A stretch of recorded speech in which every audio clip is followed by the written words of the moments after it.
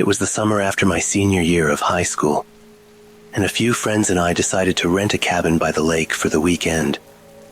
We were looking for a quiet retreat, something to relax and recharge before college began. The cabin was nestled deep in the woods, far from any other houses. The lake was surrounded by tall trees, and the water was always still, almost unnervingly so. At first, everything was perfect. The weather was warm, and the sky was cloudless. We spent the day swimming, fishing, and just hanging out by the water. We roasted marshmallows over a campfire as the sun dipped below the horizon. But there was something strange about the place. As night fell and the air grew cooler, an unsettling feeling began to creep over me. I couldn't put my finger on it, but the forest seemed too quiet, too still. That evening we sat around the campfire, laughing and telling stories.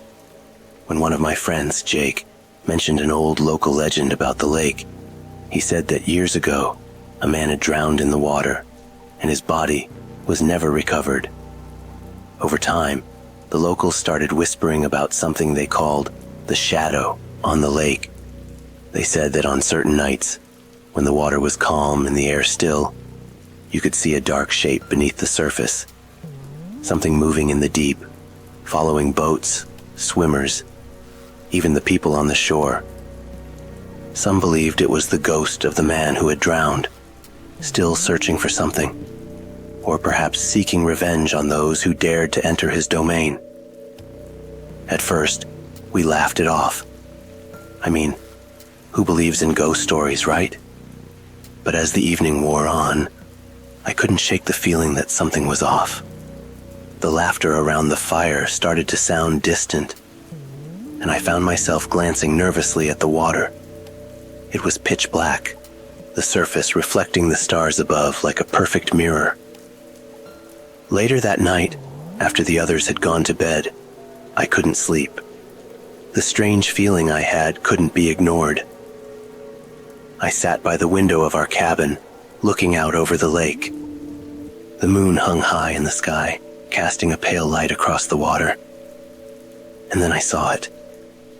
A shadow. At first I thought it was a trick of the light, maybe just the reflection of a tree or a rock. But as I watched, it moved. It wasn't the reflection of anything above the water. It was below.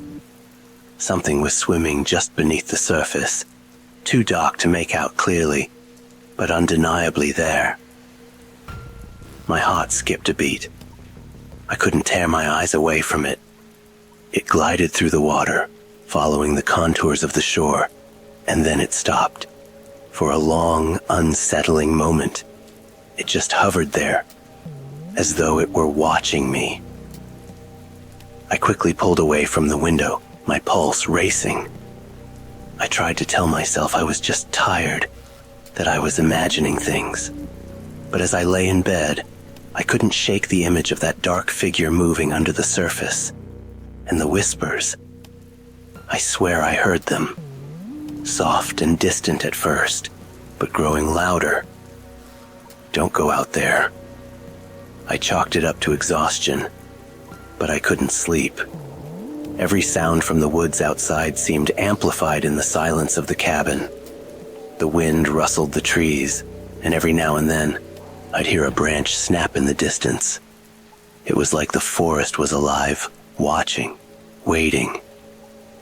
The next morning, I didn't tell anyone about what I'd seen.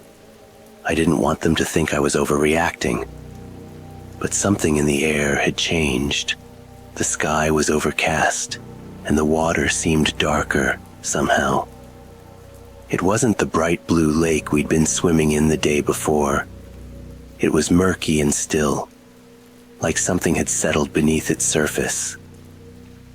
We decided to take the boat out on the lake, hoping to shake off the weird feeling.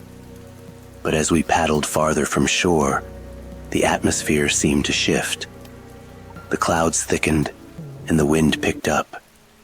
I kept looking over my shoulder, feeling like something was watching us from the shadows of the trees. Then, we heard it. a low, guttural sound coming from beneath the water. It was like something heavy scraping along the bottom of the lake, dragging slowly, deliberately. The boat rocked violently, throwing us all off balance. Water splashed over the sides as we scrambled to stay upright. I glanced over the edge of the boat, heart pounding, expecting to see something large and dangerous rising from the depths. That's when I saw it. A dark shape moving just below the surface, much larger than anything I'd seen before. It wasn't an animal. It wasn't a fish. It was something else.